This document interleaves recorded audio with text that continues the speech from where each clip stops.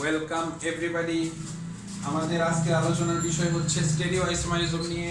Stereo আইসোমারিজমের আরেকটা part হচ্ছে optical isomerism, বা এটাকে বলা হয় লাইট অ্যাক্টিভ আইসোমারিজম, বা হচ্ছে আলোক সক্রিয় সমানুতা। হ্যাঁ, তো আলোক সক্রিয় সমাণু কারা?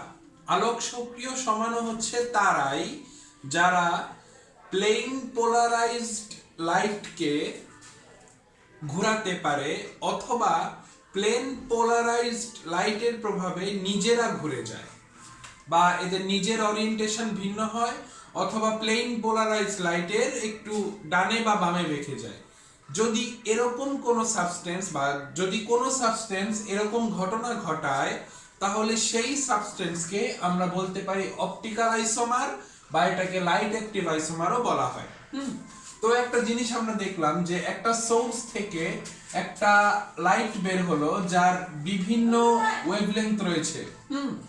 আর এই বিভিন্ন ওয়েভলেংথ গুলোকে আমি একটা ছাঁকনির মধ্য দিয়ে নিয়ে নিলাম এবং এটাকে প্লেন পোলারাইজড লাইট হিসেবে পরিণত করলাম, অর্থাৎ একবর্ণী আলো যেটাকে বলা হয়, যার তরঙ্গ দৈর্ঘ্য একদম ইউনিক, ওয়েভলেংথ ইউনিক।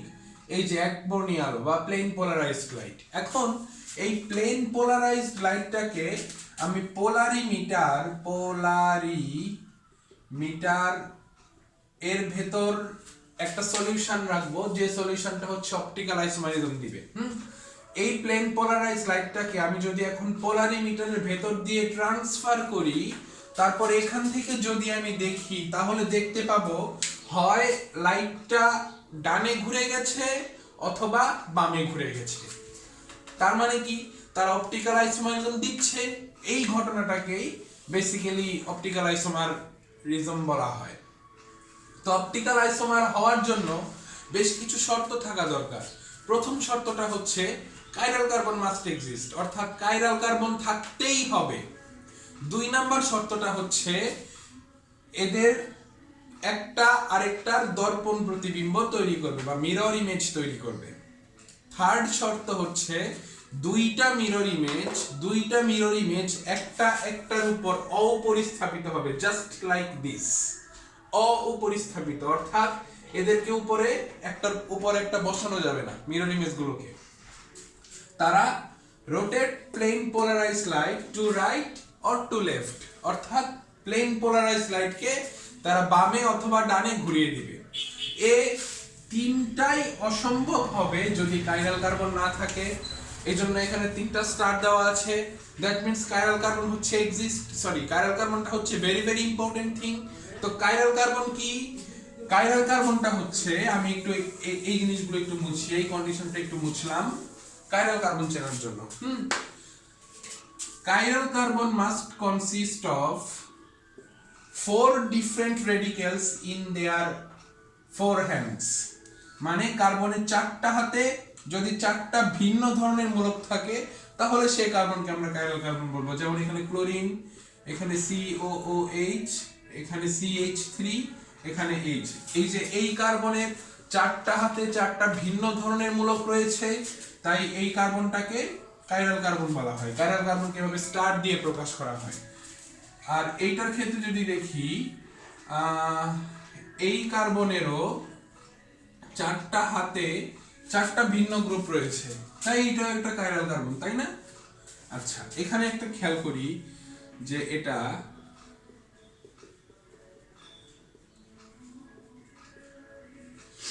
এই কার্বনের 4টা হাতে কিন্তু 4টা ভিন্ন ধরনের গ্রুপ যুক্ত নাই। এখানে একটা মিথাইল গ্রুপ, এখানে একটা মিথাইল গ্রুপ, দুটো গ্রুপ কিন্তু সেম পড়ে গেল। তার মানে এই কার্বনটা কাইরাল কার্বন নয়। ওকে, কাইরাল কার্বনকে আবার কাইরাল সেন্টারও বলা হয়। ওকে, কাইরাল সেন্টারও বলতে পারি। ওকে, আচ্ছা, আমরা এখন অপটিক্যাল আইসোমারিজমের দিকে একটু সামনাসামনি আগাবো, একটু আগাতে চাই অপটিক্যাল আইসোমারিজমের দিকে। একটা কম্পাউন্ড আমি লিখি, সেই কম্পাউন্ডটার নাম হচ্ছে COOH, COH, CH3, যার নাম হচ্ছে ল্যাকটিক অ্যাসিড। এখন প্লেন পোলারাইজড লাইটের ভেতরে ল্যাকটিক অ্যাসিডটা যদি ট্রান্সফার করা হয় বা ল্যাকটিক অ্যাসিডের সলিউশনটা পোলারিমিটারের ভিতর থাকলো, এখন প্লেন পোলারাইজড লাইটটাকে আমি ওই পোলারিমিটারের ভিতর দিয়ে ট্রান্সফার করব, তাহলে কি ঘটবে? তাহলে এটা একবর্ণী আলোর তলকে ডানে অথবা বামে ঘুরিয়ে দিবে, এটা আমরা শিওর।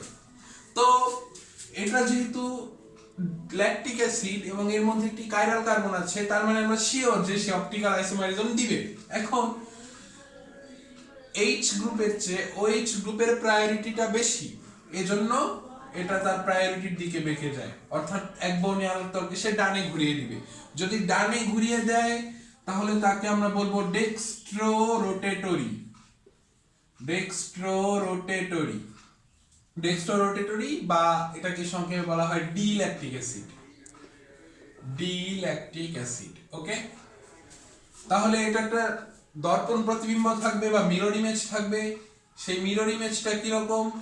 সেই মিরর ইমেজ হচ্ছে জাস্ট খালি এটা চেঞ্জ হয়ে যাবে। ওকে, তাহলে সে একবর্ণী আলোর তলকে এখন কোন দিকে ঘোরাবে? এই যে এদিকে ঘোরাবে, বাম দিকে ঘোরাবে। যদি বামে ঘোরায় তাহলে আমরা তাকে বলবো লেভোরোটেটরি বা এল ল্যাকটিক অ্যাসিড। ওকে, তো এই হচ্ছে ডেক্সট্রোরোটেটরি, একটা হচ্ছে লেভোরোটেটরি বা ডি ল্যাকটিক অ্যাসিড বা এল ল্যাকটিক অ্যাসিড বলা হয় আর কি এদের। ওকে, তো ডি কম্পাউন্ড আর এল কম্পাউন্ডের পরিচয় আমরা জেনে ফেললাম। দেন আমরা আরেকটা কম্পাউন্ড দেখি যেটা হচ্ছে টার্টারিক অ্যাসিড। টার্টারিক অ্যাসিডের একটা কম্পাউন্ড দেখো, COOH।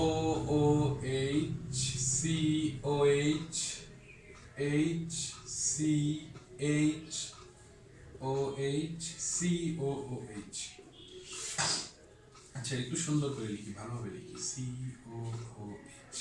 আচ্ছা, এখন এই টার্টারিক অ্যাসিডে আমরা একটা জিনিস খেয়াল করি যে হচ্ছে হলো একবর্ণী আলোর তলকে এখন সে মোটামুটি এই দিকে ঘোরাবে, তাই না? তার মানে সে হচ্ছে ডি টার্টারিক অ্যাসিড। তার একটা মিরর ইমেজ পাওয়া যাবে। তার মিরর ইমেজটা কিরকম হবে? COOH, জাস্ট খালি মাঝখানে রেডিক্যাল গুলো ঘুরে যাবে, OH,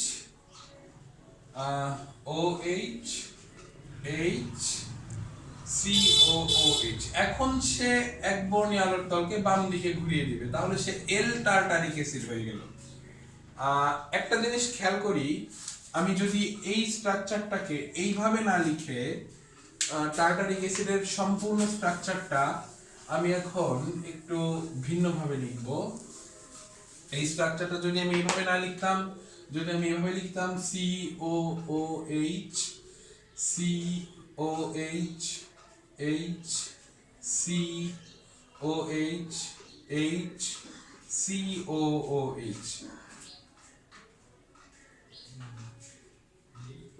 একটা জিনিস খেয়াল করা যায় এখানে, আমি যদি এখানে একটা প্লেন ইমাজিন করলাম, তো এই প্লেনের দুইটা পার্টে বিভক্ত হয়ে যায়, এইটা একটা পার্ট, এইটা একটা পার্ট। এখন এই পার্টটাকে আমি যদি ঘুরিয়ে দেই, এভাবে যদি ঘুরিয়ে দেই, তাহলে দেখা যায় এই পার্টটা এইটার উপর পড়ে যায় বা এটার উপর স্থাপিত হয়। ওকে, প্লেসড হয়ে যায় এটার উপর। যদি এরকম ঘটনা ঘটে তাহলে ওই কম্পাউন্ডটাকে আমরা বলবো হচ্ছে মেসো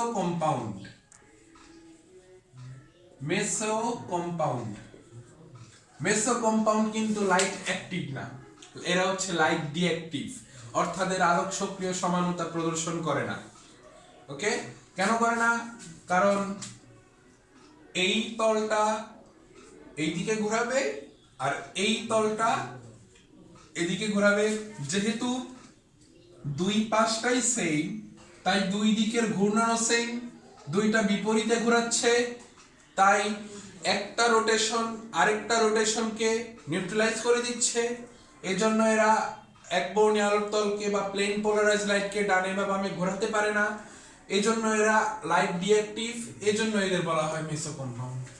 ওকে, তারপর রেসিমিক মিশ্রণে যাওয়ার আগে আমাদের ফার্স্টে চিনতে হবে এনানসিওমার কি। What is enantiomer? তো আমি একটা উদাহরণ দেই, COOH COH CBr CH3 এই একটা কম্পাউন্ড আছে। এখন সে প্লেন পোলারাইজ লাইটকে এই দিকে ঘুরিয়ে দিবে, তাই না? তাহলে যদি সে ঘুরিয়ে দেয় তাহলে তার একটা মিরর ইমেজ সম্ভব। সেই মিরর ইমেজটা কি রকম হবে? মিরর ইমেজটা হবে হচ্ছে হলো এরকম, CHOH CH,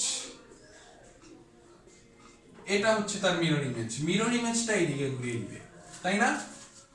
ওকে, তো এটা আমি মনে করলাম যে সে প্লেন পোলারাইজ লাইটকে রাইট ডিরেকশনে 6 ডিগ্রি কোণে ঘোরায়। তাহলে একই কম্পাউন্ড যার মিরর ইমেজ, সে প্লেন পোলারাইজড লাইটকে এখন -6 ডিগ্রি কোণে ঘোরাবে, -6 ডিগ্রি অ্যাঙ্গেলে রোটেট করে দিবে, কারণ দুটো একই কম্পাউন্ড।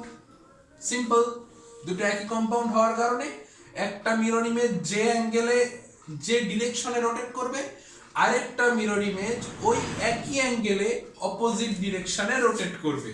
তো এদের মিশ্রণটা যদি নেওয়া হয় তাহলে দেখা যায় যে এদের মিশ্রণে আপেক্ষিক অর্থাৎ রিলেটিভ রোটেশন হয়ে যায় হচ্ছে 0। তো দেখতেই পাচ্ছি রিলেটিভ রোটেশন 0 হয়ে যাবে। তো রিলেটিভ রোটেশন যদি 0 হয়ে যায় তাহলে সেই কম্পাউন্ডটা লাইট অ্যাক্টিভ থাকবে না, সে আলোক সক্রিয় সমানতা প্রদর্শন করবে না।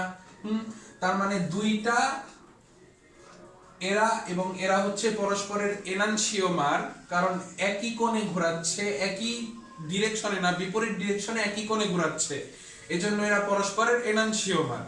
আর দুইটা এনানসিওমারের সমমোলার মিশ্রণকে আমরা বলে থাকি রেসিমিক মিশ্রণ। ওকে, তো রেসিমিক মিশ্রণ নিয়ে আলোচনা আমাদের শেষ হয়ে গেল, মেসোযৌগ নিয়ে আলোচনা শেষ হয়ে গেল। আমাদের আলোক সক্রিয় সমাণুর লাস্ট আলোচনা সেটা হচ্ছে ডায়াস্টেরিওমার নিয়ে। ডায়াস্টেরিওমার নিয়ে, হোয়াট ইজ ডায়াস্টেরিওমাস? একটা কম্পাউন্ড আমি নেই, CHO COH BR CH3। ওকে, আচ্ছা, এইটার একটা মিরর ইমেজ অবভিয়াসলি পসিবল। সেই মিরর ইমেজটা আমি একটু লিখব। মিরর ইমেজটা এটা, CHO CHOH CH bromine CH3, এটা এটার মিরর ইমেজ। তো এটা যদি এই দিকে ঘোরায়, এটা ঘোরাবে হচ্ছে এই দিকে। ওকে, তো এইখানে একটা জিনিস খেয়াল করা যায় যে এই কম্পাউন্ড অথবা এই কম্পাউন্ডটাকে আমি ধরলাম যে এটাকে আমি এইভাবে লিখলাম, এখন COH H, এখন আমি হাইড্রোজেনটাকে এখানে, ব্রোমিনটাকে এখানে দিলাম CH3। তাহলে এটা একটা লাইট অ্যাক্টিভ, সেই দিকে ঘোরাবে, তারও একটা মিরর ইমেজ থাকবে। সেই মিরর ইমেজটা হচ্ছে হলো এই যে এটা, CHO CHOH CBr CH3, এটা হচ্ছে তার মিরর ইমেজ, এই যে এদিকে ঘুরিয়ে দিবে। তো এটা এটা কিন্তু পরস্পরের মিরর ইমেজ নয়, বা এটা এবং এটা পরস্পরের মিরর ইমেজ নয়, এটা এটা পরস্পরের মিরর ইমেজ নয়, বা হচ্ছে হলো এটা এবং এটা পরস্পরের মিরর ইমেজ নয়। তো যে সকল স্টেরিও আইসোমার পরস্পরের মিরর ইমেজ না, তাদেরকে আমরা বলে থাকি হচ্ছে ডায়াস্টেরিওমার্স। ওকে, থ্যাঙ্কস ফর ওয়াচিং।